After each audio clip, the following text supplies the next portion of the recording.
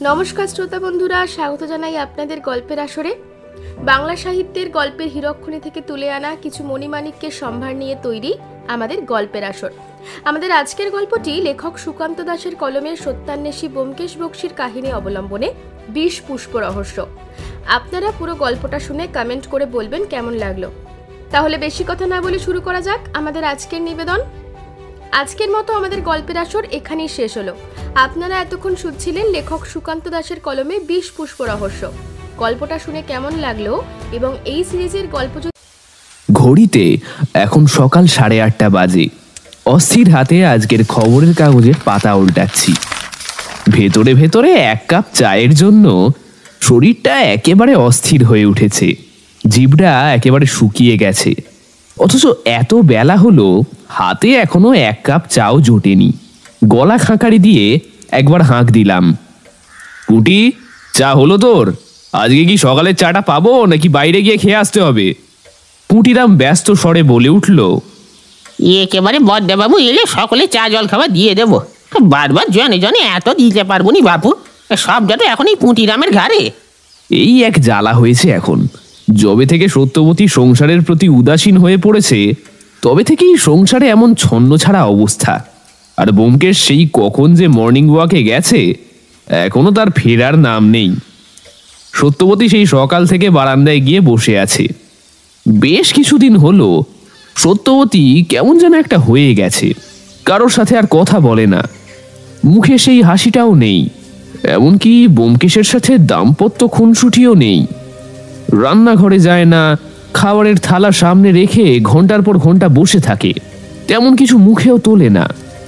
ওর চোখ মুখ এই কদিনেই কেমন যেন বসে গেছে, কেমন যেন একটা ছন্নছাড়া ভাব সবকিছুতেই। অনেকবার এই নিয়ে ওর সাথে আমি আর ব্যোমকেশ কথা বলতে গেছি, কিন্তু কোনো বিশেষ লাভ হয়নি। সত্যবতীর মুখ থেকে আমরা একটা কথাও বার করতে পারিনি।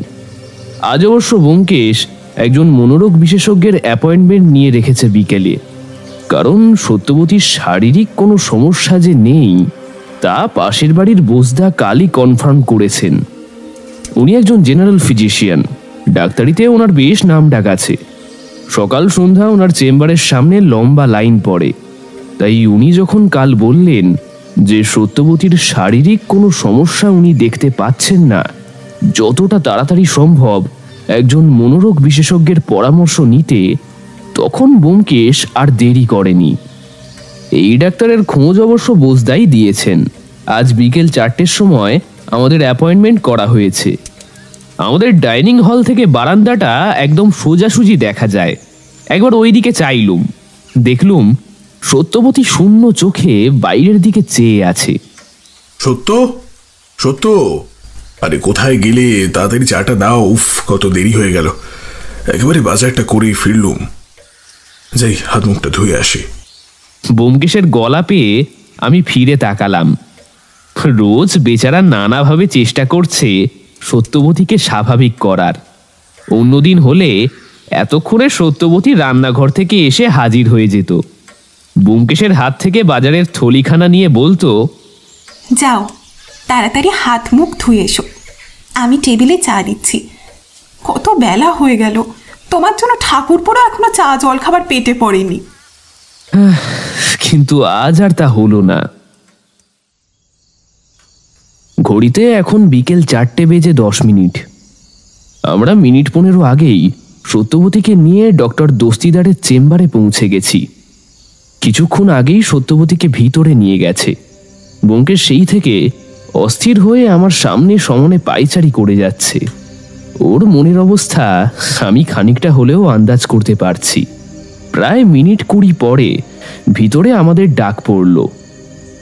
ভিতরে গিয়ে দেখলাম বছর 60-এর এক সৌম্যকান্তি চেহারার ভদ্রলোক গম্ভীর মুখে বসে আছেন। হাত দেখিয়ে আমাদের উল্টো দিকের চেয়ারে তিনি বসতে নির্দেশ করলেন। তারপর গম্ভীর কণ্ঠে বললেন, কিসের থেকে নজর সরিয়ে এবার একটু আশেপাশের মানুষগুলোর দিকেও খেয়াল করুন ব্যোমকেশ বাবু। আপনার স্ত্রীর সাথে কথা বলুন, ওনাকে সময় দিন। ভিতরে ভিতরে যে উনি ভীষণ একা হয়ে পড়েছেন। আমি কিছু ওষুধ লিখে দিচ্ছি, কিন্তু মনে রাখবেন কাছের মানুষের যত্ন, সঙ্গ পাওয়া, খানিকটা একান্ত সময়, এগুলোর থেকে অব্যর্থ ওষুধ কিন্তু এই রোগের আর কিছু নেই। পারলে স্ত্রীকে নিয়ে সব কিছু থেকে দূরে কোথাও ওনার ভালো লাগার জায়গায় কয়েকটা দিন কাটিয়ে আসুন। হাওয়া বদলও কিন্তু এই সব রোগে খুব তাড়াতাড়ি কাজে দেয়। ব্যোমকেশ দেখলাম অবনত মুখে ডাক্তারবাবুর কথা শুনছে। একজন জাঁদরেল সত্যান্বেষীও যে তার কাছের মানুষের কষ্টের কাছে খুব অসহায় হয়ে পড়ে, সেটা ব্যোমকেশকে দেখেই বুঝতে পারলাম। শেষ 6 মাস একের পর এক কেস নিয়ে ব্যোমকেশ সত্যিই ভীষণ ব্যস্ত হয়ে পড়েছিল। বেশিরভাগ দিনই প্রায় মাঝরাতে বাড়িতে ফিরত, আর আমিও ওর সঙ্গেই থাকতাম।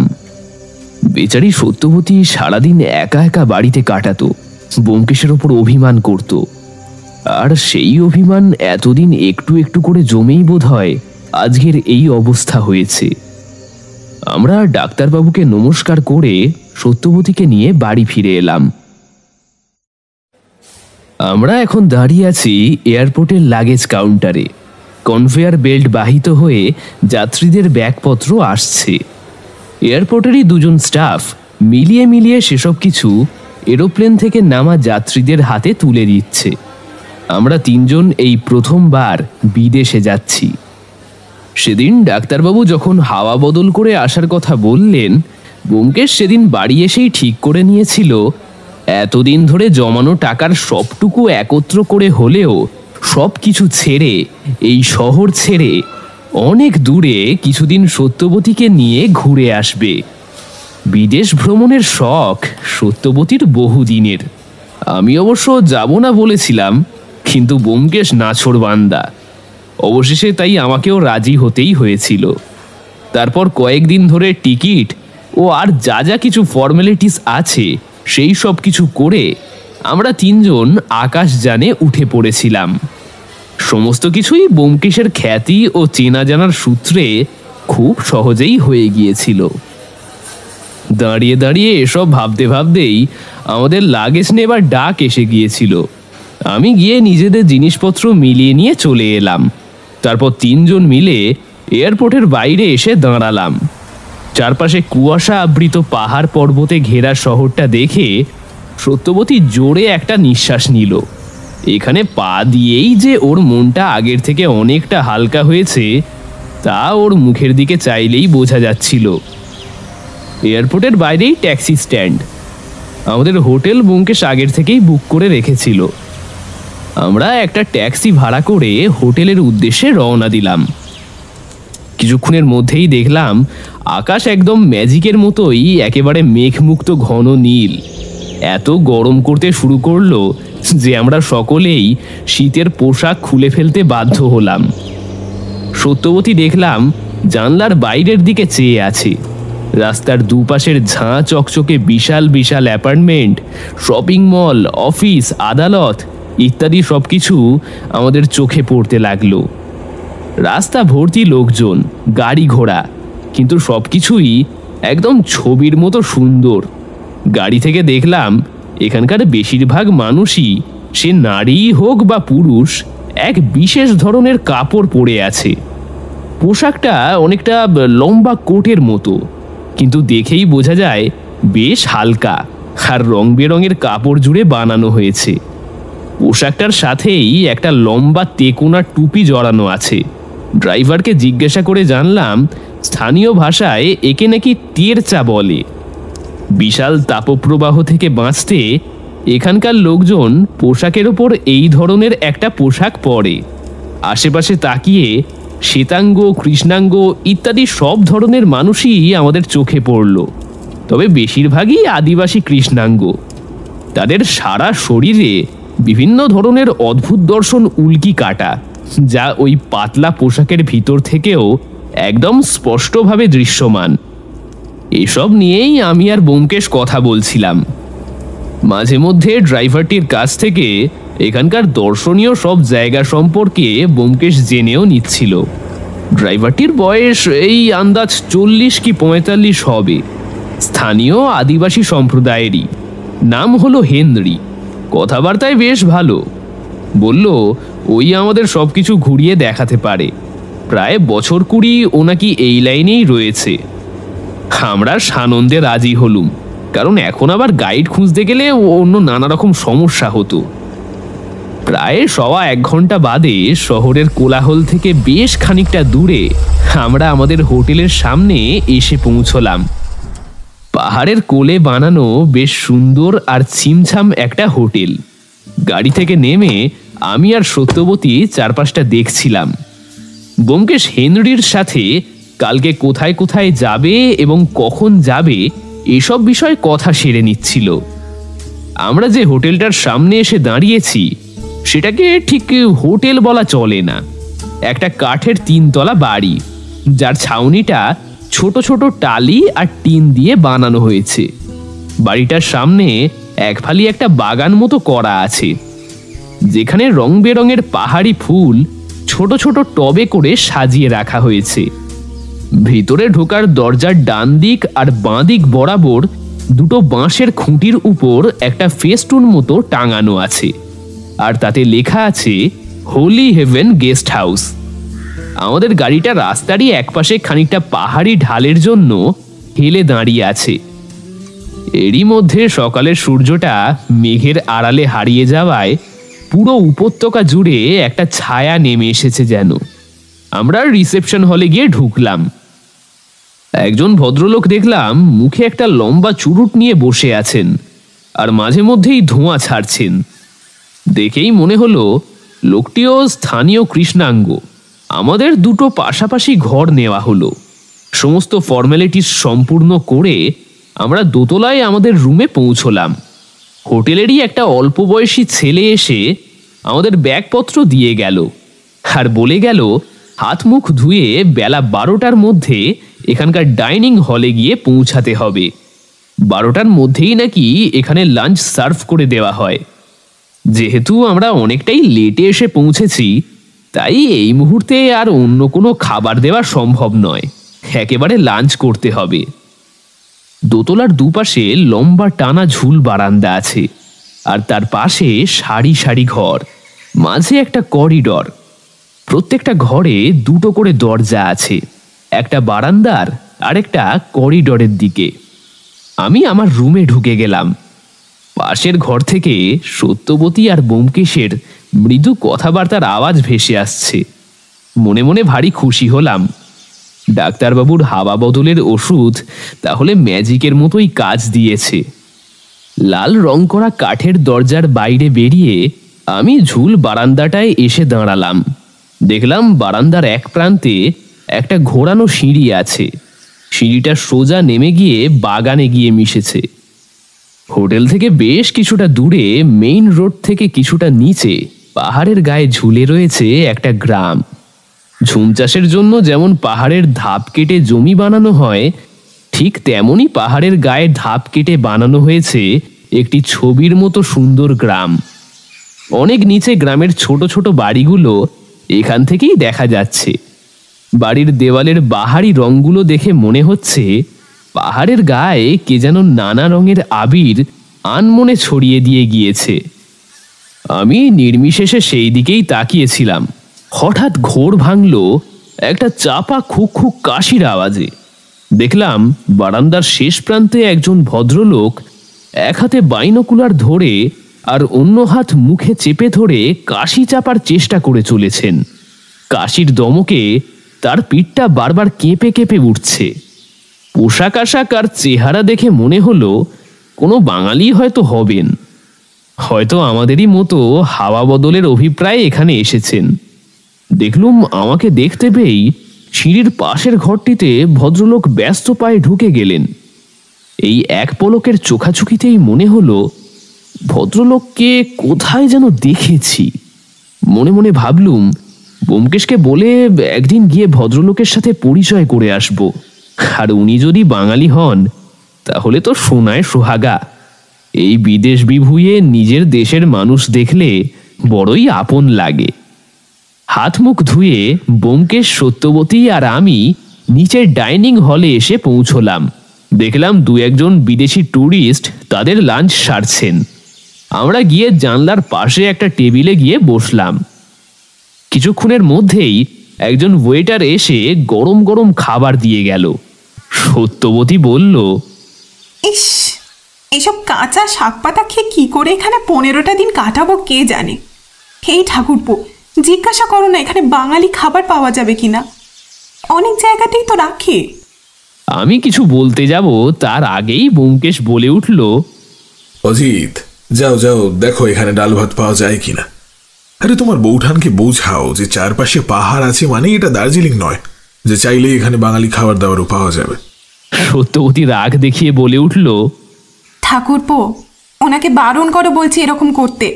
আমি কিন্তু খাবার ফেলেই উঠে যাব। কত করে বলেছিলাম দুটো মুড়ি অন্তত নিয়ে নি, তা না, এখন ঘাস পাতা চিবো। কি দরকার ছিল বাপু একেবারে বিদেশে হাওয়া বদল করতে আসা। আর আমার সত্যর যে বহুদিনের শখ ছিল একবার আকাশপথে উড়ে দেশের বাইরে ঘুরে আসার, আমি কি আমার সত্যবতীর কোনো ইচ্ছা অপূর্ণ রাখতে পারি? ব্যাস এইটুকুতেই কাজ হলো। সত্যবতী লজ্জা লজ্জা মুখে একবার খালি বলল, ধ্যাৎ, বলে ওই আধসিদ্ধ খাবারগুলোকেই যেন অমৃত মনে করে খেতে লাগলো। আমি মনে মনে ব্যোমকেশকে বাহবা দিলুম। খাওয়া দাওয়া শেষ করে টেবিল থেকে উঠে সিঙ্কের দিকে এগোতে যাব এমন সময় দেখলাম বারান্দার বাইনোকুলার হাতের সেই ভদ্রলোকটি দাঁড়িয়ে আছেন। সঙ্গে অবশ্য আরো দুজন ভদ্রলোক আছেন, যাদেরকে নন বেঙ্গলি বলেই মনে হলো। ভদ্রলোক ব্যোমকেশের সামনে এসে দাঁড়িয়ে অবাক হয়ে বললেন, আরে সত্যান্বেষী ব্যোমকেশ বক্সী না? তা আপনি এখানে? আপনার সঙ্গে যে এখানে দেখা হতে পারে তা আমার কল্পনাতীত। চিনতে পারছেন? আরে ডক্টর পাকরাশি যে, আপনাকে না চিনার উপায় আছে? আপনার বিভিন্ন ইনভেনশন চিকিৎসা বিজ্ঞানে যে পরিমাণে আলোড়ন ফেলেছে তা সর্বজন বিদিত। সেদিন একটা সায়েন্স জার্নালে আপনার রিসেন্ট গবেষণার উপর একটা আর্টিকেল পড়লাম। ক্যান্সারের ওপর গবেষণায় আপনি তো অনেকটাই এগিয়ে গেছেন, আর আপনি যেই অধমকে চিনতে পেরেছেন এটা আমারই ভাগ্যি ভালো। পাকরাশি বাবু এবার ব্যোমকেশের হাত ধরে বললেন, এইরকম করে বলবেন না। তা কোন রুমে উঠেছেন? আমরা 32 নম্বর রুমে। সন্ধ্যার দিকে আসুন, জমিয়ে গল্পগুজব করা যাবে। সারা জীবন তো মাইক্রোস্কোপে চোখ রেখেই তো গেল। একটা সন্ধ্যা এমন গুণী মানুষের সান্নিধ্য পেলে বড় ভালো লাগবে। আমরা 38 নম্বর আর 39 নম্বর দুটো নিয়েছি। অবশ্যই আড্ডা হবে। আছি এখন দিন 15। যান খেয়ে নিন। অজিত, একটু জিরিয়ে নাও, বিকেল 5টায় বেরোবো। চারপাশটা একটু ঘুরে দেখে আসবো। আমি ঘরে ঢুকে দরজা বন্ধ করে বিছানায় গা এলিয়ে দিলুম। সারা দিনের ধকলের পর সহজেই চোখ লেগে এলো। হঠাৎ দরজায় কড়া নাড়ার আওয়াজে আমার ঘুমটা ভাঙল। ঘড়ির দিকে চেয়ে দেখলুম 5টা বেজে গেছে।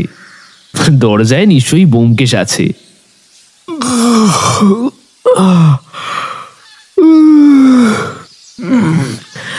যাই বলে তাড়াতাড়ি দরজা খুললুম। এ কি ঠাকুরপো, তুমি এখনো তৈরি হওনি? ব্যোমকেশ বলল, এ অজিত, তুমি তাড়াতাড়ি তৈরি হয়ে নিচে এসো, আমরা বাইরেটায় আছি। 10 মিনিটের মধ্যেই তৈরি হয়ে আমি নিচে নামলুম।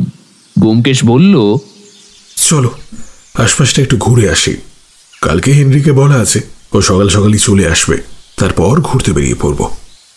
আমরা বেরোতে যাব এমন সময় মেইন গেটের মুখে সকালের সেই ভদ্রলোকের সাথে দেখা হলো। ডক্টর পাকরাশি, সঙ্গে ওনার আরো দুজন সঙ্গী। ডক্টর পাকরাশি ব্যোমকেশকে দেখে বললেন, কি ব্যোমকেশ বাবু, ঘুরতে বেরোচ্ছেন? হ্যাঁ, ওই আর কি, এই একটু আশপাশটা। তা আপনি? কিছু দূরে একটা জঙ্গল আছে, ওখানেই। Doctor Pakrashi, we are getting late, তাড়াতাড়ি আসুন। ডক্টর পাকরাশিকে থামিয়ে ঘ্যাস ঘ্যাসে গলায় ওনার সঙ্গে থাকা একজন দীর্ঘকায় ব্যক্তি বলে উঠল। লোকটাকে দেখলেই কেমন যেন একটা মনে হয়। ব্যোমকেশ বলল, এই পাকরাশি বাবু, এখন আসি। হ্যাঁ, ফিরে আপনি ঘরে থাকলে অবশ্যই কথা হবে। আমরা বেরিয়ে পড়লুম। প্রায় ঘন্টাখানেক এদিক ওদিক ঘুরে আমরা যখন হোটেলে ফিরলুম তখন রাত 8টা বাজে। পোশাক আশাক পাল্টে আমি আর ব্যোমকেশ বারান্দায় এসে দাঁড়ালুম। ব্যোমকেশ সিগারেটের প্যাকেটটা পকেট থেকে বার করে একটা সিগারেট আমায় দিলে, আর একটা নিজে ধরালে। তারপর দুটো লম্বা সুখটান দিয়ে বলল, এখানকার আবহাওয়া সত্যিই অনবদ্য, যাই বলো না কেন। আর সত্য তো এখনই অর্ধেক সেরে উঠেছে। দেখো, এখানে যেন আবার কোনো সত্য অনুসন্ধানে জড়িয়ে পড়ো না, তাহলে তোমার সত্য কিন্তু খেপে উঠবে। হ্যাঁ, চলো চলো, তোমার সাথে ডক্টর পাকরাশির আলাপটা করিয়ে আনি। ওই তো 32 নম্বরটা দেখাই যাচ্ছে, আলো জ্বলছে, তার মানে ভেতরেই আছেন নিশ্চয়ই। মহাগুণী মানুষ কিন্তু এই পাকরাশি বাবু, আলাপ করে ভালো লাগবে তোমার। চলো। আমরা দুজনে গিয়ে 32 নম্বর রুমের দরজায় টোকা মারলাম। ভেতর থেকে উত্তর এলো, দরজা খোলা আছে, প্লিজ গেট ইন। আমরা দরজা ঠেলে ভিতরে ঢুকলাম। ডক্টর পাকরাশি আমাদের দেখে উঠে দাঁড়ালেন, তারপর বললেন, আরে ব্যোমকেশ বাবু, আসুন আসুন, বসুন। তা আপনার সঙ্গীটিকে তো ঠিক চিনলাম না। আগে, ইনি অজিত, আমার খুব কাছের বন্ধু। ডক্টর পাকরাশি আমার সাথে করমর্দন করে বললেন, আলাপ হয়ে ভালো লাগলো। তা ব্যোমকেশবাবুর সঙ্গে একজন ভদ্রমহিলাকেও দেখেছিলাম, মিসেস নাকি? ব্যোমকেশ ঘাড় নেড়ে সম্মতি জানালো। ডক্টর পাকরাশি রুম সার্ভিসে ফোন করে 3টে কফি দিয়ে যেতে বললেন। কিছুক্ষণের মধ্যেই গরম গরম ধোঁয়া ওঠা কফি আমাদের রুমে হাজির হয়ে গেল। আমাদের গল্প একেবারে জমে উঠল। জানা গেল ভদ্রলোক এখানে গবেষণা সংক্রান্ত একটি সিক্রেট মিশনে দিন 7 আগে নাকি এসেছেন। সঙ্গে ওনার আরও 2 বিজ্ঞানী বন্ধু এসেছেন, ডক্টর অগাস্টিন এবং ডক্টর মার্গারেট। দুজনেই ভারতীয় খ্রিস্টান। ওনারা দুজনও এই হোটেলেরই 3 তলায় রয়েছেন। আরও নানা কথাবার্তার মধ্য দিয়ে রাত বাড়তে লাগলো। ঘন্টা 1.5 পরে আমরা ডক্টর পাকরাশির কাছ থেকে বিদায় নিয়ে উঠে পড়লাম। ডিনারের সময় হয়ে গিয়েছে। সত্যবতী বেরিয়ে এসে একটু শুয়েছিল, এতক্ষণে সেও ঘুম থেকে উঠে পড়েছে নিশ্চয়ই। পরের দিন সকাল 8টায় হেনরি গাড়ি নিয়ে হাজির হলো। আমরা রেডি হয়েছিলাম। ব্রেকফাস্ট সেরেই আমরা বেরিয়ে পড়লুম। মানতেই হবে, হেনরি দারুণ গাইড। একদিনেই আমাদের অনেকগুলো জায়গা দেখিয়ে দিল।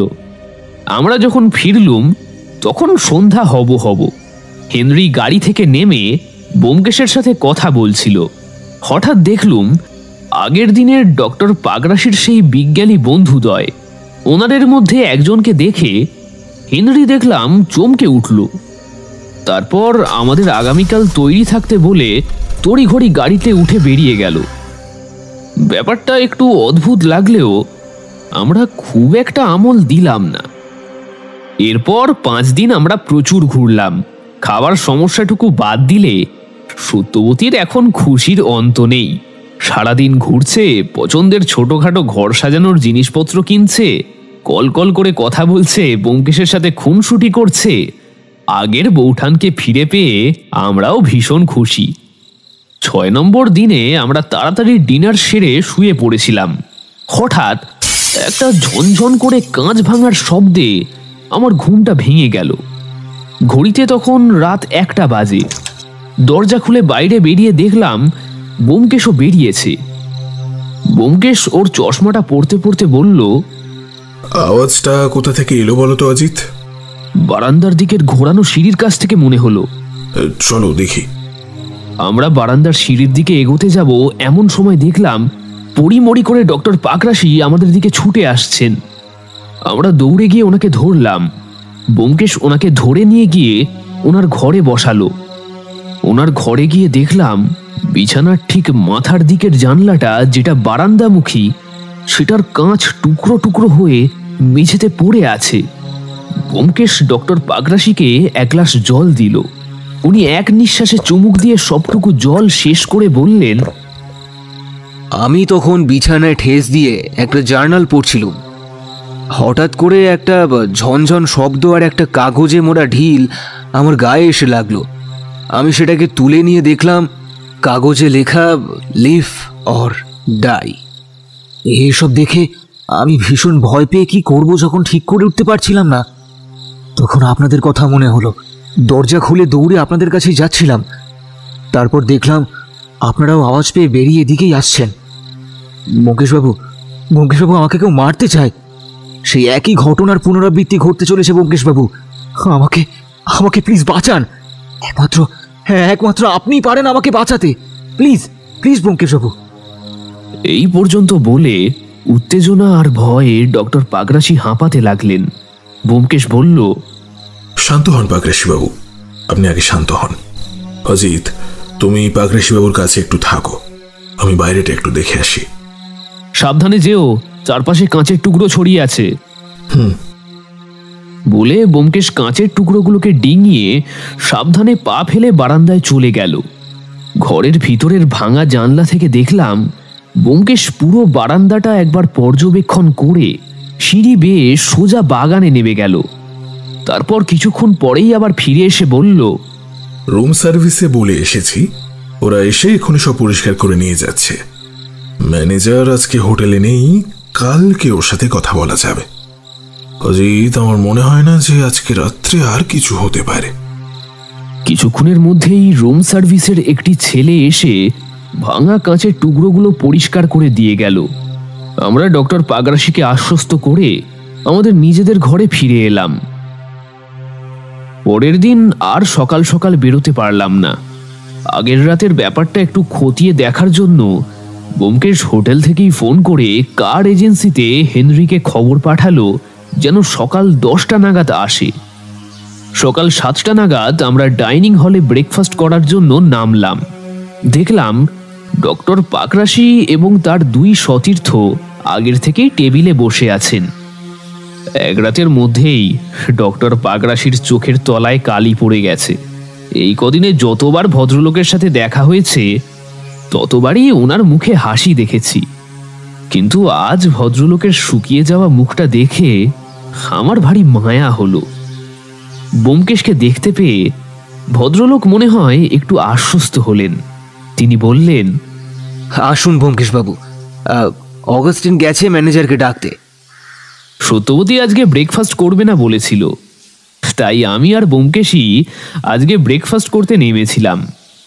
আমরা দুজনে ডক্টর পাগরাশিদের টেবিলের উল্টো দিকে টেবিলটায় বসলাম। কিছুক্ষণ বাদেই দেখলাম সেই ঘ্যাস ঘ্যাসে গলার আওয়াজের ভদ্রলোক, কি যেন ডক্টর অগাস্টিন না কি যেন, উনি ম্যানেজার ভদ্রলোককে ধমকাতে চমকাতে নিয়ে আমাদের এদিকেই আসছেন। এই হলো লোকটার এক দোষ, ওর গলার স্বর শুনলেই এরকম একটা সরীসৃপের মতো শীতল অনুভূতি হয়। ম্যানেজার বাবু এসে কালকের ঘটনার জন্য ডক্টর পাগরাশির কাছে ক্ষমা চাইলেন। তিনি বললেন, স্যার, এত নিরাপত্তা রক্ষী প্রত্যেকটা জায়গায়, তা সত্ত্বেও কী করে এমনটা হতে পারে আমি ঠিক ভাবতে পারছি না। নিরাপত্তার দিকটায় স্যার আমি আরও কড়া নজর দেব, আপনি চিন্তা করবেন না। আশা করি আর এরকম ঘটনা কোনোদিনও ঘটবে না। ব্যোমকেশ ম্যানেজারকে জিজ্ঞেস করলো, আচ্ছা, আগের রাতে 1টা নাগাদ মেন গেটে যে গার্ডে ছিল তাকে একটু ডেকে পাঠান। আগে রাত 1টা নাগাদ আমাদের গার্ডদের ডিউটি শিফট হয়। সন্ধ্যা 7টা থেকে যে প্রহরায় থাকে সে 1টা নাগাদ বাড়ি চলে যায়। সেকেন্ড শিফট যার থাকে সে 1টা 5 নাগাদ জয়েন করে যায়। আচ্ছা, তার মানে 1টা থেকে 1টা 5 পর্যন্ত মেন গেট অরক্ষিত ছিল। তার মানে এই ভাগেই কেউ। ঠিক আছে, ঠিক আছে, আপনি যান আর দেখবেন এরপর থেকে সেকেন্ড শিফটের গার্ড এলেই তবেই যেন ফার্স্ট শিফটের গার্ড বাড়ি যায়, তার আগে নয়। ঠিক আছে? ডক্টর পাগরাশি কিছু একটা বলতে যাচ্ছিলেন, কিন্তু তার আগেই আবার ডক্টর অগাস্টিন তাকে থামিয়ে দিয়ে বললে, পাগরাশি, ছেলে মানুষই করো না। এসব উড়ো চিঠিতে তুমি কবে থেকে ভয় পেতে শুরু করলে? প্লিজ স্টপ প্যানিকিং, এসব কিছু হবে না। চলো চলো, এখন চলো, আমাদের ল্যাবে যাওয়ার সময় হয়ে গেছে। বলে প্রায় টানতে টানতে ডক্টর পাগরাশিকে নিয়ে চলে গেলেন। ডক্টর মার্গারেটও ওনাদের অনুসরণ করলেন। ব্যোমকেশ চোয়াল শক্ত করে কিছুক্ষণ সেই দিকে তাকিয়ে থেকে বলল, চলো অজিত, গিয়ে তৈরি হয়নি, বেরোতে হবে। আমরা বেরিয়ে পড়লাম। সেদিন হেনরি আমাদের সমুদ্র দেখালো। এই জায়গাটা বড় অদ্ভুত। এখানে যেমন বিশাল ঘন জঙ্গল আছে, তেমনি আবার বিশাল বিশাল সব পাহাড়, খরস্রোতা নদী, আবার উত্তাল সমুদ্রও আছে। এমন সহাবস্থান চট করে চোখে পড়ে না। সমুদ্রের পাড়ে ঝিনুকের তৈরি সুন্দর সুন্দর সব মালা বিক্রি হচ্ছিল। ব্যোমকেশ পছন্দ করে একটা মালা কিনে সত্যবতীকে পরিয়ে দিল। আজও আমাদের হোটেলে ফিরতে প্রায় রাত্রি 7:30 বেজে গেল। এখন চারপাশে বেশ ঠান্ডা। এখানকার আবহাওয়া এরকমই, দিনের বেলা ঠিক যতটা গরম, রাতে ঠিক ততটাই ঠান্ডা। দিনের বেলা তাপমাত্রা প্রায় 40 ছুঁই, আবার রাতে সেই তাপমাত্রাই 6 ডিগ্রিতে নেমে যায়। হেনরি তো বলেছিল কখনো কখনো নাকি তুষারপাতও হয়। আজও সেরকমই একটা রাত মনে হচ্ছে। আমরা কাঁপতে কাঁপতে হোটেলের রুমে ঢুকে গেলুম। ঢোকার মুখে দেখলুম কয়েকজন ট্যুরিস্ট লনে আগুন জ্বালিয়ে তাদের শরীর গরম করছে। আমরা তাড়াতাড়ি ডিনার সেরে নিজের নিজের রুমে গিয়ে কম্বলের তলায় সেঁধলুম। সারাদিন ধরে ঘুরে বেড়ানোর ক্লান্তিতে আমার খুব তাড়াতাড়ি চোখ লেগে এলো। আবার হঠাৎ মাঝরাতে কাঁচ ভাঙার শব্দে আমার ঘুমটা ভেঙে গেল। ঘড়িতে তখন দেখলাম ঠিক রাত 1টা বাজে। আমি উঠে দরজা খোলার আগেই দেখলাম একটা পায়ের আওয়াজ দুদ্দার শব্দ করে সিঁড়ি দিয়ে নিচে নেমে গেল। ঠিক তার পিছু পিছু আরেকটা পায়ের শব্দ দৌড়ে সিঁড়ি বেয়ে নিচে নেমে তারপর কোথায় যেন মিলিয়ে গেল। বারান্দার দিকের দরজা খুলতেই ইমেল হাওয়ায় আমার প্রায় দাঁত কপাটি লেগে যাওয়ার জোগাড় হলো। আমি ডক্টর পাকরাশির ঘরে গিয়ে দেখলাম সেই একই আগের রাতের দৃশ্য। কাঁচের টুকরোগুলো এদিক ওদিক ছড়িয়ে পড়ে আছে। একটা কাঁচের টুকরো এসে ডক্টর পাকরাশির হাতে গেঁথেছে। উনি দরজার পাশে দাঁড়িয়ে কাঁপছেন। কিছুক্ষণের মধ্যেই ব্যোমকেশ এলো। একটুর জন্য হাত ফসকে গেল, তবে চিন্তা নেই, পাখি খুব শিগগিরই ধরা পড়বে। একটা ক্লু পেয়েছি, কিন্তু তার আগে আপনাকে যে সবটুকু খুলে। হে কি ডক্টর, আপনার হাতটা তো অনেকটা কেটে গেছে। এ বাবা, এখনই ফার্স্ট এড করতে হবে। হে অজিত, যাও সত্যকে বলো ফার্স্ট এড বক্সটা নিয়ে আসতে। সত্যবতী এসে ফার্স্ট এড করে দিয়ে তারপর নিজের ঘরে চলে গেল। ডক্টর পাকরাশি এরপর বলতে শুরু করলেন, আজ থেকে বছর 7 আগে ভারত থেকে একজন বিজ্ঞানী এই দেশে আসেন এক সিক্রেট মিশন নিয়ে। ওনার নাম ছিল ডক্টর রাসেল। ওনার পিতামহ ছিলেন একজন বিখ্যাত প্রত্নতত্ত্ববিদ। তিনি ভারতেই এক ঐতিহাসিক স্থানে খনন কার্য চালাতে গিয়ে একটা চামড়ার বটুয়া আবিষ্কার করেন, যেটার মধ্যে তিনি 2টো কাগজের মতো টুকরো উদ্ধার করেন, যার মধ্যে একটা নকশা ছিল আর একটা অজানা ভাষায় 1 লাইন কিছু লেখা ছিল, যেটা তিনি সেই সময় সরকারের হাতে তুলে দেননি। তবে অনেক চেষ্টা করেও তিনি সেই লিপির পাঠোদ্ধার করতে পারেননি। পরবর্তীকালে তার পুত্র, যিনিও একজন বিখ্যাত বিজ্ঞানী ছিলেন, তিনি সেই লিপির পাঠোদ্ধার করতে পেরেছিলেন। নকশাটা ছিল এই দেশেরই কোনো এক গুপ্ত গুহার, আর অন্য একটি কাগজে লেখা ছিল কোনো এক মারণ ব্যাধি নিরাময়ক ওষুধ বানানোর ফর্মুলা। উনি অনুমান করেছিলেন ওই নকশা ধরে এগোলেই খোঁজ পাওয়া যাবে এমন কোনো জিনিসের যা কোনো মারণ ব্যাধির অব্যর্থ ঔষধি বানাতে কাজে লাগে। তবে তিনি এই মহৌষধির অভিযানে যেতে পারেননি। তার আগেই তার মৃত্যু হয়। পিতামহ ও পিতার অপূর্ণ কাজের দায়িত্ব নিজের কাঁধে তুলে নেন ডক্টর রাসেল। তিনি এদেশে আসেন এবং এই হোটেলে এই রুমে থেকেই তার অভিযান চালাতে শুরু করেন। জানা যায় এখানকার বিভিন্ন জায়গায় খোঁজ চালিয়ে স্থানীয় আদিবাসীদের জিজ্ঞাসাবাদ করে তিনি পৌঁছে যান সেই গুহায়। সেই গুহার পাশেই বইতে থাকা এক খরস্রোতা নদী। প্রতি বছর আগস্ট থেকে সেপ্টেম্বরের মধ্যবর্তী সময় সেই নদী পরিণত হয় রক্ত নদীতে। সেই রক্ত নদীর পাশেই আছে এক গুহা। সেই খরস্রোতা রক্ত নদীর স্রোত বারবার সেই গুহায় আছড়ে পড়ায় গুহার পাথরের ক্ষয় হতে থাকে। আর ওই সময়ে ওই গুহার গায়ে জেগে ওঠে এক উদ্ভিদ। সে উদ্ভিদের ফুল ব্যবহার করেই উদ্ধার হওয়া লিপির ফর্মুলা অনুযায়ী বানানো যায় মারণ ব্যাধির ঔষধি। ডক্টর রাসেল সফল হয়েছিলেন সেই ঔষধি বানানোয়। ওই ফুলের নাম দিয়েছিলেন রেড ব্লাড ফ্লাওয়ার। তিনি একটি ডকুমেন্টারি বানাচ্ছিলেন, কিন্তু এই সব হদিশ ও সেই ফর্মুলা ভারত সরকারের হাতে তুলে দেওয়ার আগেই রহস্যজনকভাবে এই হোটেল রুমেই তার মৃত্যু হয়। পোস্টমর্টেমেও ওনার মৃত্যুর কোনো ভ্যালিড রিজন কিন্তু পাওয়া যায়নি। আর তার মৃত্যুর সাথেই হারিয়ে যায় সেই রেড ব্লাড ফ্লাওয়ারের রহস্য। তবে তার সেই ডকুমেন্টারিটি উদ্ধার হয়েছিল যার থেকে এত তথ্য জানা যায়, কিন্তু হাজার হাজার বছরেও বিনষ্ট না হওয়া সেই লিপি দুটির খোঁজ পাওয়া যায়নি। ওনার মৃত্যুকেও ওনার সতীর্থরা স্বাভাবিক মৃত্যু বলে মানতে নারাজ। এতটা বলে একটু থামেন ডক্টর পাকরাশি। তারপর একটু দম নিয়ে তিনি আবার বলতে শুরু করেন। কিন্তু আশ্চর্যের ব্যাপার কি জানেন তো ব্যোমকেশবাবু, বছর 3 আগে একজন বিজ্ঞানী আসেন এখানে ডক্টর রাসেলের আবিষ্কৃত সেই রেড ব্লাড ফ্লাওয়ারের খোঁজে। সরকার এই রুম সিল করে দিয়েছিলেন, কিন্তু সরকারি পারমিশন নিয়ে এই রুমেই থাকা শুরু করেন তিনি। কিন্তু রহস্যজনকভাবে তিনিও এই রুমে মারা যান। কিন্তু আমি এইবারে এই অভিযানে কোনো রকম সরকারি সহায়তা পাইনি। এই রুম রীতিমতো সরকারিভাবে বন্ধ করে দেওয়া হয় সেই দ্বিতীয় মৃত্যুর পর। সরকার দুটো মৃত্যুর কারণ উদ্ধার করতে না পারলেও নিছক কাকতালীয় বলে উড়িয়ে দেয়নি। সরকারের সন্দেহ হয় যে কোনো ব্যক্তি বা দল হয়তো সেই ফর্মুলার লোভে হত্যা করছে বিজ্ঞানীদের, কিন্তু প্রমাণের অভাবে এই নিয়ে বেশি দিন তদন্ত করা যায়নি। আমাকে ম্যানেজারকে ঘুষ দিয়ে এই রুমে থাকার ব্যবস্থা করতে হয়েছে। আমার 2 সঙ্গীও আমার এই গোপন অভিযানের কথা জানে না। তারা জানে না আমরা একটা অন্য মিশনে। আমি যে সেই গুহার খোঁজ পেয়েছি মিস্টার বক্সি, তবে কি এবার আমার বলি হঠাৎ মেঝেতে ডক্টর পাকরাশি ঢলে পড়েন। ঘটনার আকস্মিকতায় আমি আর ব্যোমকেশ একেবারে হতভম্ব হয়ে যাই। মুহূর্তের বিহ্বলতা কাটিয়ে ব্যোমকেশ ডক্টর পাকরাশির নাড়ি চেক করতে যায়। ব্যোমকেশ, ডক্টর পাকরাশির কি হলো? ডাক্তারকে খবর দেব? আমি জিজ্ঞেস করি ব্যোমকেশকে। ব্যোমকেশ খলিত কণ্ঠে বলে, হ্যাঁ, পুলিশকেও খবর দিতে হবে অজিত, কারণ উনি আর বেঁচে নেই। পরের দিনটা আমাদের ভীষণ ব্যস্ততার সঙ্গে কাটে। এখানকার পুলিশ এসে বডিটাকে পোস্টমর্টেমে নিয়ে যায়।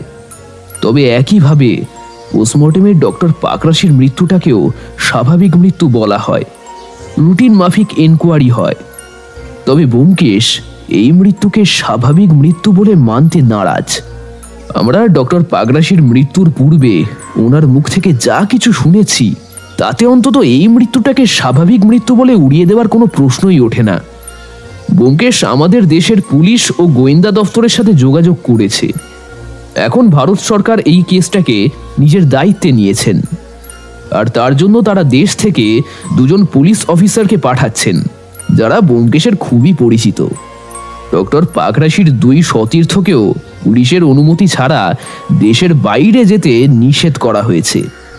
ব্যোমকেশের তৎপরতায় এত কিছু হওয়ায় ওনারা ব্যোমকেশের উপর বেজায় চটে রয়েছেন, তা ওনাদের আচরণ দেখলেই স্পষ্ট বোঝা যাচ্ছে। তবে ব্যোমকেশ এই কেসে নামার আগে সত্যবতীর কাছে অনুমতি চেয়ে নিয়েছে, কারণ এদেশে আসার আগে সত্যবতীকে সে কথা দিয়েছিল যে এই কদিন সে কোনো রকম কেসে জড়াবে না, কিন্তু এই ঢেকি স্বর্গে গেলেও ঠিক ধান ভাঙবে। তবে বৌঠান বলেছেন, আমাকে তুমি আর লজ্জা দিও না। একজন মানুষের জন্য কাজ করতে গিয়ে মারা গেলেন, তার মৃত্যু রহস্য উদ্ঘাটন করা তো সত্যান্বেষী হিসাবে তোমার কর্তব্য। এ ব্যোমকেশের যোগ্য সহধর্মিনীর মতোই কথা বটে। তাই ব্যোমকেশ পুরো দমে ডক্টর পাকরাশির মৃত্যু রহস্য খুঁজে বের করতে লেগে পড়েছে।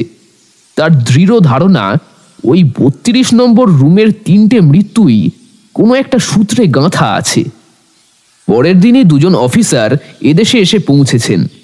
একজন অফিসার হলেন ঋষিকেশ ব্যানার্জি, অপরজন সৌরিশ রায়। দুজনেই ব্যোমকেশের সুপরিচিত। অফিসার ব্যানার্জি এসে বললেন, কি ব্যোমকেশ বাবু, তদন্ত কদ্দূর? আপনি থাকতে আমরা এখানে বাহুল্য মাত্র। কি বলেন অজিত বাবু? হ্যাঁ? ব্যোমকেশ হেসে বলে, আরে না না, তদন্ত করবেন তো আপনারাই। তবে আমার জানা কিছু কথা আমি আপনাদের জানিয়ে যেতে চাই, হয়তো তদন্তে আপনাদের কিছু সাহায্য হতে পারে।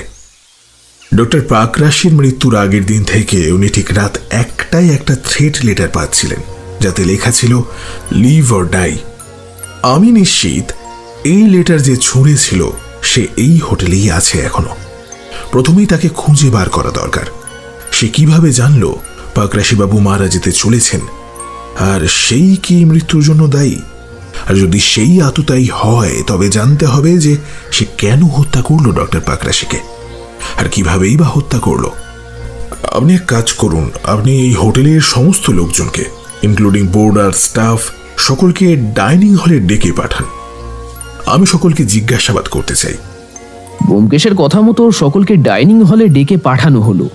ডাইনিং এর পাশের এক রুমে এক এক করে সকলের জিজ্ঞাসাবাদও ব্যোমকেশ ও অফিসার ব্যানার্জি শুরু করলেন। প্রায় ঘন্টা তিনেক বাদে জিজ্ঞাসাবাদ শেষ হলে সকলে যে যার কাজে চলে যাওয়ার পর ব্যোমকেশ বলল, আপনারা যান, আমি একটু বাইরে থেকে ঘুরে আসি। আর অজিত, হেনরিকে বলা আছে তুমি আর বৌঠান গিয়ে আজকে ঘুরে এসো।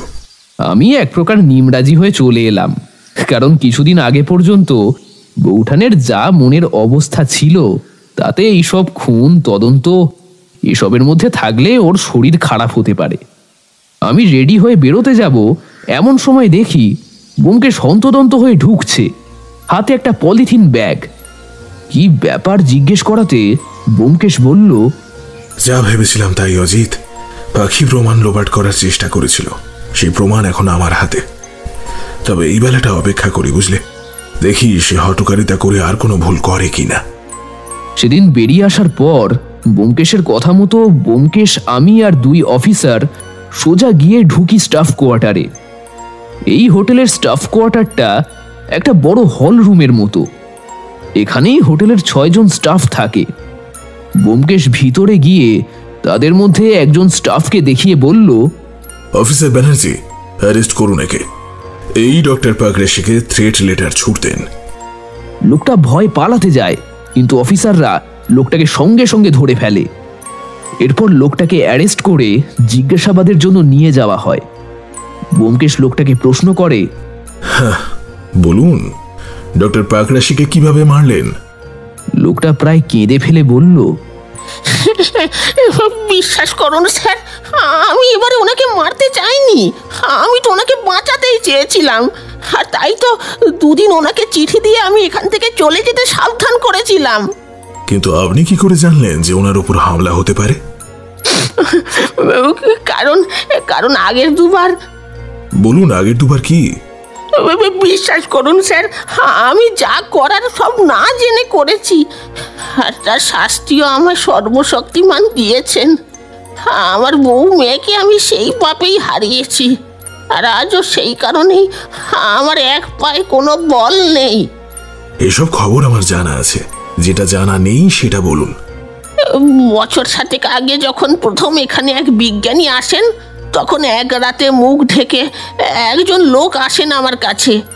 একটা কাগজে মুড়ে একটা পাউডার দিয়ে বলেন, ওই পাউডারটা ওই বিজ্ঞানী বাবুর খাবারে মিশিয়ে দিতে হবে। তার বদলে উনি আমাকে অনেক টাকা দেন।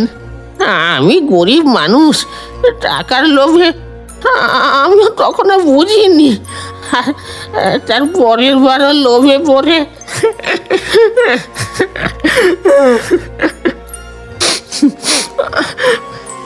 এরপর দুহাত দিয়ে মুখ ঢেকে লোকটা ডুকরে কেঁদে ওঠে। ব্যোমকেশ বলল, আপনি লোকটিকে দেখলে চিনতে পারবেন? না স্যার, লোকটির পুরো মুখটা তো ঢাকা ছিল, তবে লোকটার কণ্ঠস্বরটা না একটু অন্যরকম ছিল। আমার স্পষ্ট মনে আছে স্যার, লোকটা কেমন যেন একটা মেয়েলি কণ্ঠস্বরে কথা বলছিল। স্ট্রেঞ্জ। ব্যোমকেশের ভ্রু দুটো দেখলাম কুঁচকে উঠল। তারপর ব্যোমকেশ অফিসারদের বলল, সব এই লোকটিকে হেফাজতে নিন অফিসার। হ্যাঁ, আর আমি না বলা পর্যন্ত ছাড়বেন না। সেদিন সন্ধেতে আমরা লনে বসে চা খাচ্ছিলাম। আমি ব্যোমকেশকে বললাম,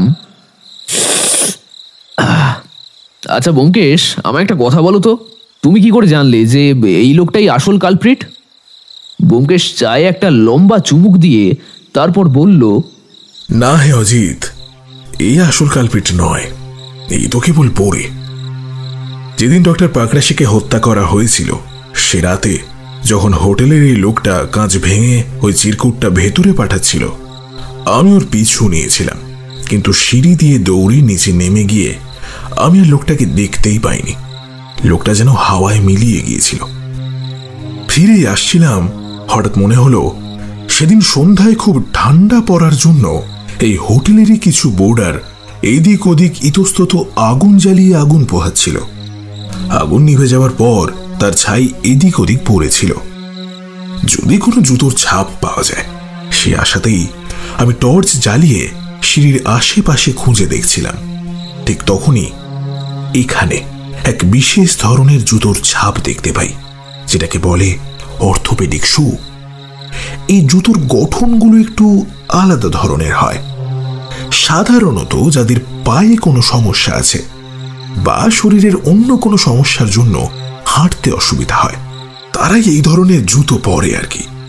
কেন জানি না আমার বারবার মনে হচ্ছিল এই হোটেলেরই কেউ এর সাথে জড়িত।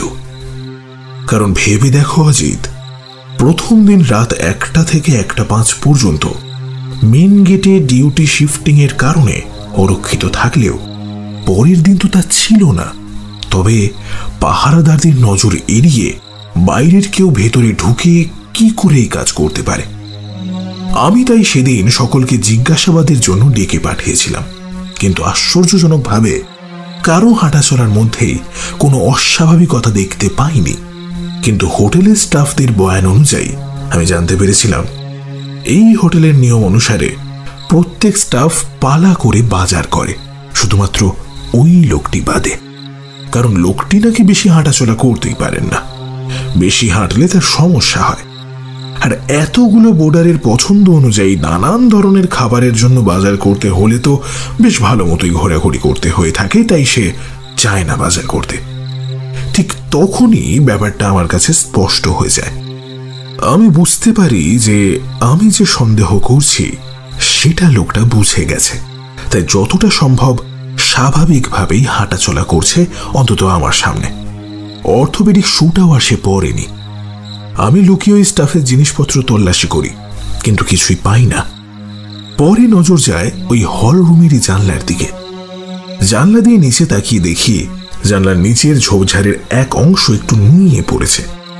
সাধারণত ভারী কিছু ওপর থেকে পড়লেই এরকম ভাবে গাছপালা নুয়ে পড়ে আর কি।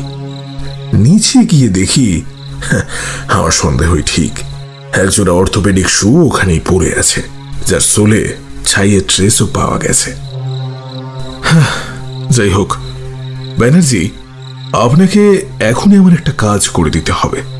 এই হোটেলে 7 বছর আগে যে কদিন ওই বিজ্ঞানী ডক্টর রাসেল ছিলেন, সেই কদিনে এই হোটেলের ল্যান্ড ফোনের কল রেকর্ডটা আমাকে একটু বের করে এনে দিতে হবে। সে হয়ে যাবে ব্যোমকেশ বাবু, আমায় খালি আজকের রাতটা সময় দিন, ব্যানার্জি বাবু বলেন। পরের দিন সকালবেলা সৌরিশবাবু এসে কল রেকর্ডটা ব্যোমকেশের হাতে দেয়। ব্যোমকেশ মনোযোগ সহকারে সেটাকে দেখতে থাকে। তারপর খানিক বাদেই আপন মনে বলতে থাকে, স্ট্রেঞ্জ, বাঙালি বিজ্ঞানী, ডেটটা একটু আসছে বলে ব্যোমকেশ সোজা রিসেপশনের দিকে এগিয়ে যায়। আমিও ব্যোমকেশের পিছু নিই। দেখি ও গিয়ে টেলিফোন কানে নিয়ে কার যেন একটা নম্বর ডায়াল করছে। হ্যালো, হ্যাঁ, হেনরিকে একটু পাঠিয়ে দেবেন। Hotel holy heaven. কিছুক্ষণ বাদে হেনরি এলে ব্যোমকেশ একাই ওর গাড়িতে করে কোথায় যেন বেরিয়ে যায়। সেদিন ব্যোমকেশ যখন ফেরে তখন প্রায় সন্ধ্যা হয়ে গিয়েছে। সারাদিনের ধকলে ওর চেহারা তখন একেবারে বিধ্বস্ত। এসেই দুজন অফিসারকে ডেকে বলে, অফিসার, এখনই ডক্টর অগাস্টিন আর ডক্টর মার্গারেটের এখানকার পার্সোনাল ল্যাবে আমাদেরকে যেতে হবে। অনেক প্রশ্নের উত্তর এখনো মিলছে না, তবে দেখবেন এ কথা যেন কাকপক্ষিতেও টের না পায়। রাত তখন প্রায় 9:30 বাজে। আমরা চারজনে ডক্টর অগাস্টিন আর ডক্টর মার্গারেটের ল্যাবের উদ্দেশ্যে বেরিয়ে পড়লাম। ওখানে গিয়ে ব্যোমকেশ বেশ কিছুক্ষণ তল্লাশি করার পর একটা এভিডেন্স ব্যাগে কিছু হোয়াইট পাউডারের মতো রিএজেন্ট ভরে নিয়ে তারপর হোটেলে ফিরে আসে। হোটেলে এসে এই এভিডেন্স ব্যাগটাকে ব্যোমকেশ ফরেন্সিক টেস্টে পাঠায়। পরের দিন রিপোর্ট পাওয়ার পর ব্যোমকেশ রিপোর্টটা হাতে নিয়ে বলে ওঠে, স্ট্রেঞ্জ, সিম ডিসকভারি। অথচ এটা নিয়ে তো 7 বছর আগেই গবেষণা বন্ধ হয়ে গিয়েছিল। এর ফর্মুলা তো একমাত্র, এটা কি করে সম্ভব? এটা কি করে সম্ভব? হ্যাঁ, কিছু ভেবে পাচ্ছি না কি করে সম্ভব এটা। এসব বিড়বিড় করতে করতে ব্যোমকেশ অস্থিরভাবে খালি পায়চারি করতে থাকে। বেশ কিছুক্ষণ এমন করে অস্থিরভাবে পায়চারি করার পর সে হঠাৎ চিৎকার করে ওঠে, ঠিক ঠিক ঠিক ঠিক, এতক্ষণ কেন এটা আমার মাথায় আসেনি? হ্যাঁ, বারে বারে ঘুঘু তুমি খেয়ে যাও ধান, এইবারে দেখাচ্ছি মজা। চলো অজিত, অফিসারদের সাথে কথা বলে একবার 3 তলা থেকে ঘুরে আসি, লাগলে তুক না লাগলে তাক, কি বলো? হ্যাঁ। ব্যোমকেশের এই অদ্ভুতভাবে কথা বলার অর্থ আমি ভালোই বুঝি। ও যখন খুনি পর্যন্ত প্রায় পৌঁছে যায় ঠিক তখনই ও এরকম ভাবে কথা বলে। তাহলে কি ব্যোমকেশ? না, উত্তেজনায় এবার আমার পেটটা গুড় গুড় করে উঠল। কিন্তু আমি জানি এখন ব্যোমকেশকে জিজ্ঞাসা করলে কোনো কথার উত্তরই ও এখন দেবে না। যতক্ষণ না ও নিজে থেকে মুখ খোলে ততক্ষণ ধৈর্য ধরা ছাড়া আর কোনো উপায় নেই। পরের দিন ভোর 4টে, চারিদিক একেবারে কুয়াশাচ্ছন্ন, 1 হাত দূরে পর্যন্ত কাউকে দেখা যাচ্ছে না। আমরা 4 জন জঙ্গলের মধ্যে দিয়ে এক ছায়ামূর্তির পিছু নিয়েছি। এখানকার জঙ্গলের ঘনত্ব খুব বেশি, সমান তালে ঝোপঝাড় রয়েছে। পায়ের নিচের জমি কোথাও কোথাও সমতল, আবার কোথাও বা খাড়াই হয়েছে। অনুসরণ করতে করতে পথে কোথাও কোথাও ছোট ছোট নদী খাত পড়তে লাগলো, আবার কোথাও বা পচা ডোবা। পচা জলকাদার গন্ধে আমাদের গা গুলিয়ে উঠছিল। কিন্তু আমাদের সামনের ব্যক্তি বেশ অভিজ্ঞের মতো এগিয়ে চলতে লাগলো।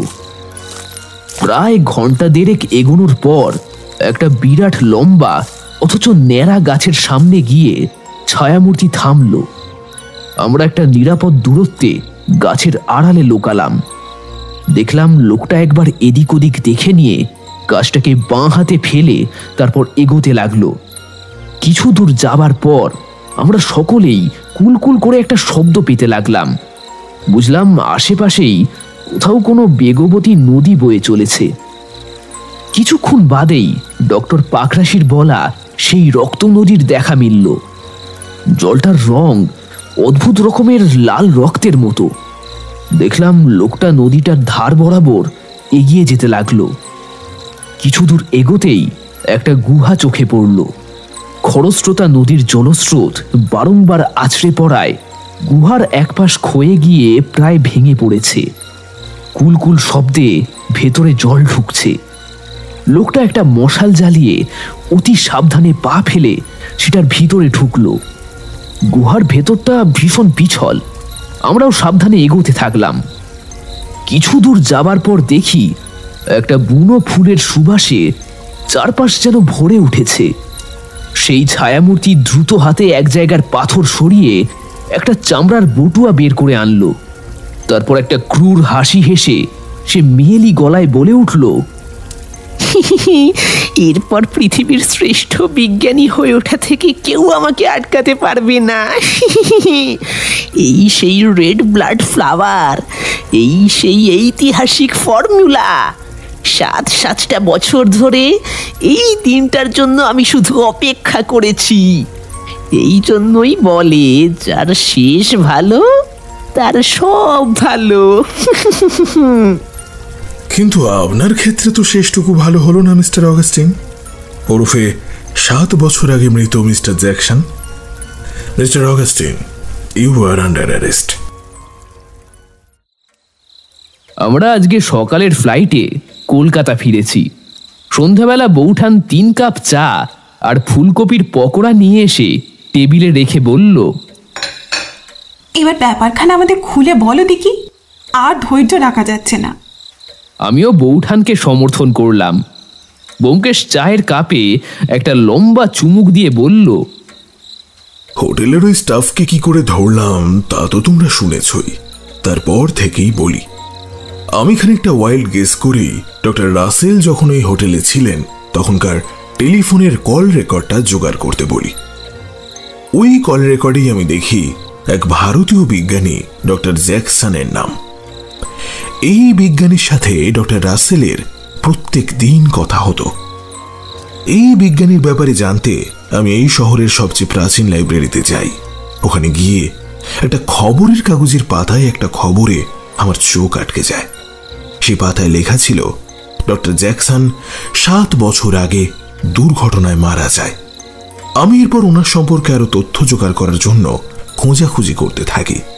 দেখি একটা জার্নালে ওনার এক আবিষ্কার সম্পর্কে বেরিয়েছিল। উনি এমন একটা ড্রাগ আবিষ্কার করেন যেটার অল্প পরিমাণ ডোজ হাইপোক্যালেমিয়া প্রিভেন্ট করে। আবার সেই ড্রাগই শরীরে অতিরিক্ত মাত্রায় গেলে কার্ডিয়াক অ্যারেস্ট বা কিডনি ফেলিয়ার হয়ে মানুষ মারা পর্যন্ত যেতে পারে। এদিকে দেখো, ওই ড্রাগ শরীরে গিয়েই রিয়াকশন করে দুটো শরীরেই এসেনশিয়াল মিনারেল কনভার্ট হয়ে ব্লাডের সাথে মিশে যায়। ফলে পোস্টমর্টমেও ওই ড্রাগের কোনো ট্রেস পাওয়া যায় না। ড্রাগটির ভৌত ধর্ম হলো এর কোনো গন্ধ নেই এবং এটাকে ওই সাদা মোটা দানার নুনের মতো দেখতে। কিন্তু উনি ওই ড্রাগের ফর্মুলা কোথাও লিপিবদ্ধ করে যাননি, যার ফলে ওনার মৃত্যুর সাথে সাথেই ওই ড্রাগ নিয়ে রিসার্চও বন্ধ হয়ে যায়। কিন্তু আমার কেন জানি না মনে হয় কোথাও গিয়ে এই ড্রাগ দিয়েই ওই 3টে খুন করা হয়নি তো। কারণ হোটেলের স্টাফটি বলেছিল একজন অজ্ঞাত ব্যক্তি তাকে একটা পাউডারের মতো জিনিস দিয়েছিল খাবারে মেশানোর জন্য। কিন্তু হিসেব মতো একজন মৃত ব্যক্তি কিভাবে এসব করতে পারে? আমি এরপর আরো খোঁজ নিতে থাকি। তবে এবারে শুধুমাত্র জ্যাকসন নয়, আমি মার্গারেট, অগাস্টিন এদের সকলেরই খোঁজ নিতে থাকি। জানতে পারি যে এই জ্যাকসনের একটু মেয়েলি প্রকৃতির গলা ছিল এবং অগাস্টিন আজ থেকে 6 বছর আগে ইন্ডিয়ান সায়েন্টিস্ট অ্যাসোসিয়েশনে যোগ দেয়। তার আগের কোনো রেকর্ড তার নেই। ব্যানার্জি ভালো করে খোঁজ নিয়ে যাচাই করে জানতে পারে অগাস্টিনের সমস্ত কাগজপত্রই আসলে জাল। এরপরে 2-2 4 করা গেলেও দুটো মানুষে যে এক সেরকম কোনো কংক্রিট প্রমাণ আমার হাতে ছিল না। তাই জন্য আমরা অগাস্টিনের ল্যাবে তল্লাশি চালাই, আর ওখানেই পাওয়া যায় জ্যাকসনের আবিষ্কৃত সেই ড্রাগ। এরপর আর সন্দেহের অবকাশই থাকে না। হেনরির সাথে গাড়িতে ফেরার সময় হেনরি জানায় যে অগাস্টিনকে ওর খুব চেনা চেনা লাগছে।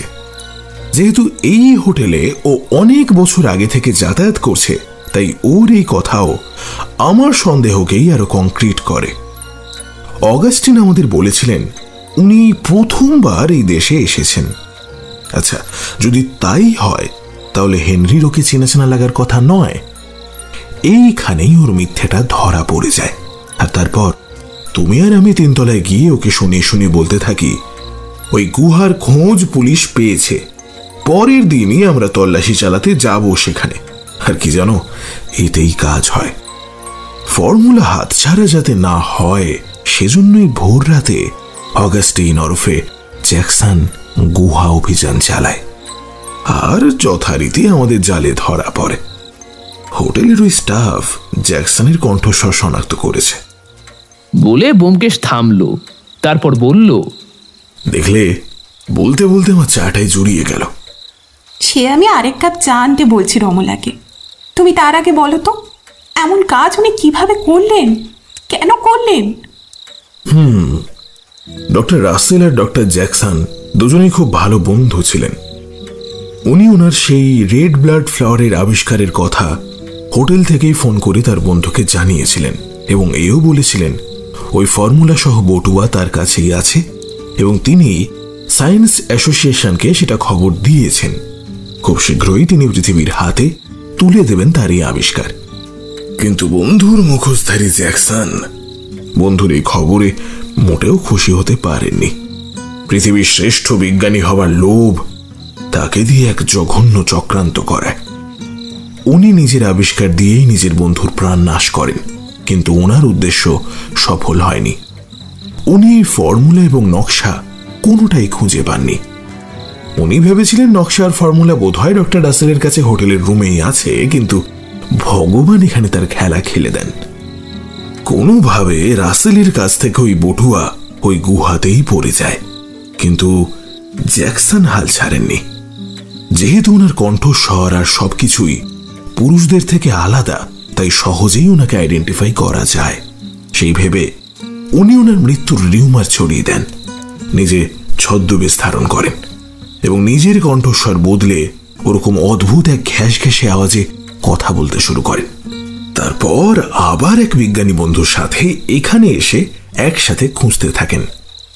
দুজনের মিলিত প্রচেষ্টায় খুঁজে বের করেন সেই রক্ত নদী, যার জল অগস্ট থেকে সেপ্টেম্বরের মধ্যে পাহাড় ক্ষয় হয়ে আসা মিনারেলস মিশে গিয়ে লাল রক্তের মতো হয়ে যায়। তারা দুজনে খুঁজে পান সেই গুহা, সেই রেড ব্লাড ফ্লাওয়ার, কিন্তু ফর্মুলা তারা খুঁজে পাননি। কিন্তু এবারে ডক্টর জ্যাকসনের বন্ধু বিজ্ঞানী নিজেই গবেষণা করে ফর্মুলা বের করেন।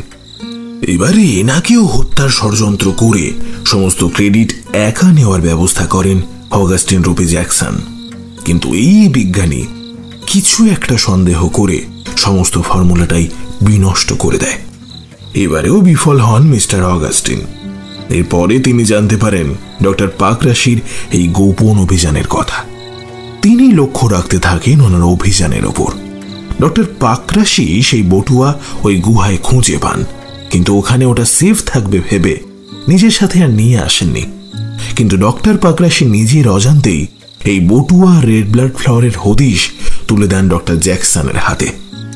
হ্যাঁ, জ্যাকসন এরপর ডক্টর পাকরাশিকে হত্যা করেন আর ভাবেন যে পরিস্থিতি থিতিয়ে এলে ওই ফুল আর ফর্মুলা নিয়ে দেশে ফিরে আসবেন, মারণ ব্যাধির ওষুধ আবিষ্কারক হিসাবে সারা জগতে নাম করবেন।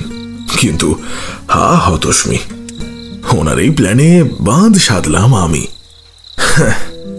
যেটার মুখেই সবকিছুই স্বীকার করেছে ডক্টর অগাস্টিন তথা ডক্টর জ্যাকসন। আমি মাথা নেড়ে বললাম, কিন্তু ব্যোমকেশ, ডক্টর পাকরাশিকে উনি মারলেন কিভাবে? ডক্টর পাকরাশি তো আমাদের সামনেই, আর ওই হোটেলের স্টাফটিও তো এইবারে। ব্যোমকেশ বলল, অজিত, এখানেও ডক্টর জ্যাকসনের দূরদর্শিতারই জয় হয়েছে। উনি বুঝেছিলেন যে হোটেলের ছেলেটি ডক্টর পাকরাশিকে সাবধান করছে, আর আবার সে চেষ্টা করবে যাতে ডক্টর পাকরাশি ওদের ছেড়ে চলে যান। তাই জন্যই সুযোগ বুঝে উনি জানলার কাছে মাখিয়ে দিয়ে যান ওনার তৈরি সেই ড্রাগ, যেটা ঢিল ছোড়ার সাথে সাথেই ভেঙে গিয়ে ভাঙা কাচের একটা টুকরো গিয়ে গাঁথে ডক্টর পাকরাশির শরীরে। ব্যাস, সঙ্গে সঙ্গে বিষক্রিয়া শুরু করে সেটা। কিছুক্ষণের মধ্যেই মৃত্যুর কোলে ঢলে পড়েন ডক্টর পাকরাশি। ভেবে দেখো অজিত, কি অদ্ভুত না? তিনজন বিজ্ঞানীর রক্ত দিয়ে সার্থক করে দিয়ে গেলেন এই রেড ব্লাড ফ্লাওয়ারের নাম। ভাবা যায়? দেখেছো কাণ্ড? পুঁটিরাম এখনো চা দিয়ে গেল না। পুঁটিরাম! আজকের মতো আমাদের গল্পের আসর এখানেই শেষ হলো। আপনারা এতক্ষণ শুনছিলেন লেখক সুকান্ত দাসের কলমে ২০ পুষ্প রহস্য। গল্পটা শুনে কেমন লাগলো এবং এই সিরিজের গল্প যদি আরও শুনতে চান তাহলে কমেন্ট করতে ভুলবেন না কিন্তু। আর তাহলে আমরা অনেক তাড়াতাড়ি এরকম আরও গল্প আনবো, কথা দিচ্ছি। আর খুব বেশি ভালো লাগলে সাবস্ক্রাইবটা করে যাবেন। না, জোরাজুরি নেই, ভালো লাগলে তবেই। তাহলে সবাই খুব ভালোবাসা নেবেন আর অনেক ভালো থাকবেন।